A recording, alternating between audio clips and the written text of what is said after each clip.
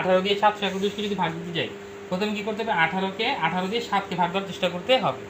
এখন দেখা যাচ্ছে 7 কিন্তু 18 হচ্ছে কত, বড় না ছোট? ছোট। ছোট ভাগ করা যাবে? যাবে না। এই জন্য কি করতে হবে, 7-এর সাথে আরেকটা অঙ্ক নিতে হবে। 7-এর পাশে কি আছে? তাহলে 3 কত হলে এখন 73 হয়ে গেল, তাই না? এখন 73কে 18 হচ্ছে বড় না ছোট? বড়। তাহলে এখন এটা কি করা যায়, ভাগ করা যাবে।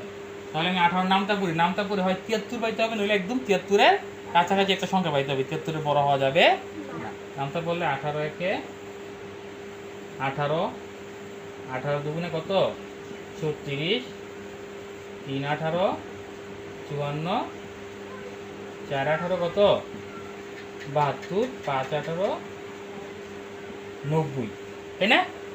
তাহলে এখানে কি 90, 73-এর বেশি যাওয়া যাবে না, 90 যাওয়া যাবে না। তাহলে আমার কত বোঝাইতে হবে, 72। তাহলে 18 73-এর মধ্যে কয়বার যাবে, 4 বার। 4 18 কত হবে, 72, তাই তো? এবার 73 থেকে 72, 3 থেকে 2 বিয়োগ করলে কত হবে, 1। খেয়াল করি, এখন এই 1 তো 18 হচ্ছে ছোট, তাহলে এটা ভাগ করা যাচ্ছে না। তাহলে কি করতে হবে, ভাজ্য থেকে কিন্তু কি আছে, একটা অঙ্ক নামানোর সুযোগ আছে। তাহলে আমি নামাই, একটাকে নামাই দিই, নামাই। এখন যে 11টা হয়েছে, এটাও কি 18 দিয়ে ভাগ যাবে?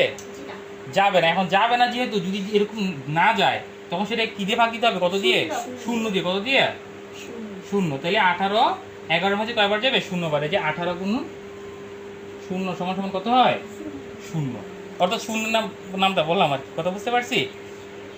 তাহলে 18 এই 0 কত হবে, 0। এবার বিয়োগ করব, 1 এখানে কত আসলো, 1 বিয়োগ করে 1, ঠিক আছে? তাহলে ভাগফল কত, 40 ভাগশেষ কত, 11।